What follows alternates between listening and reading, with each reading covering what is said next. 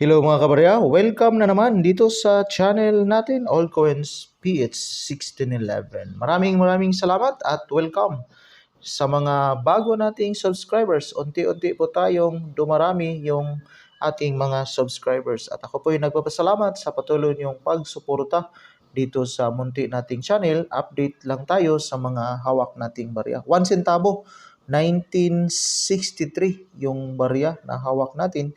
1 centavo 1963. Ito yung titingnan natin kung may value kaya ito ngayon.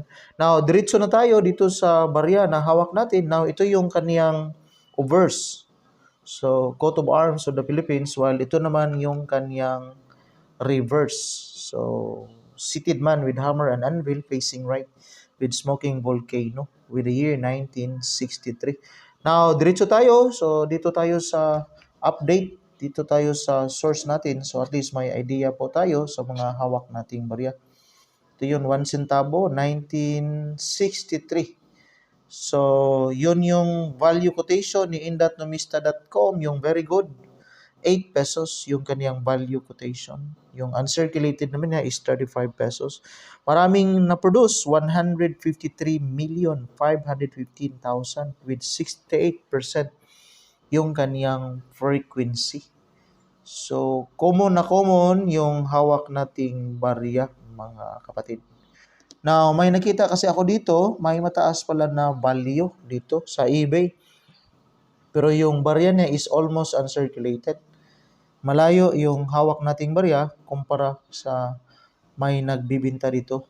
1 centavo, 1963. Almost uncirculated. Dito, 980 pesos. So, ganda ng barya niya. 980 pesos.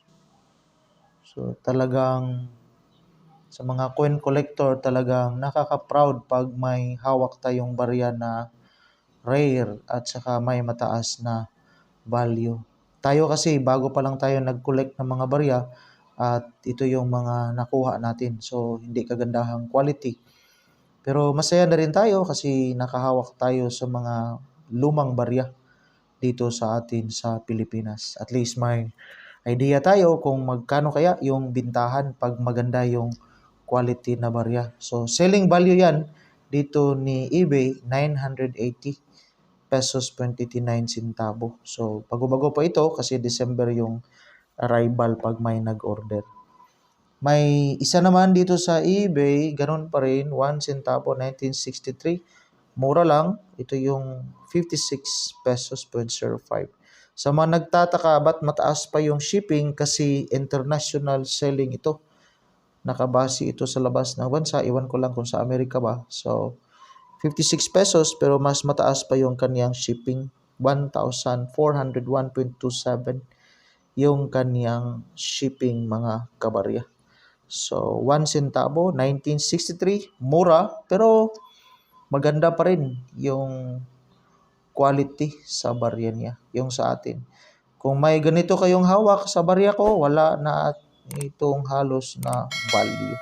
Itong isa, maganda po ito. So, ito yung may mataas na value. Yun lang, maraming salamat and God bless and enjoy watching.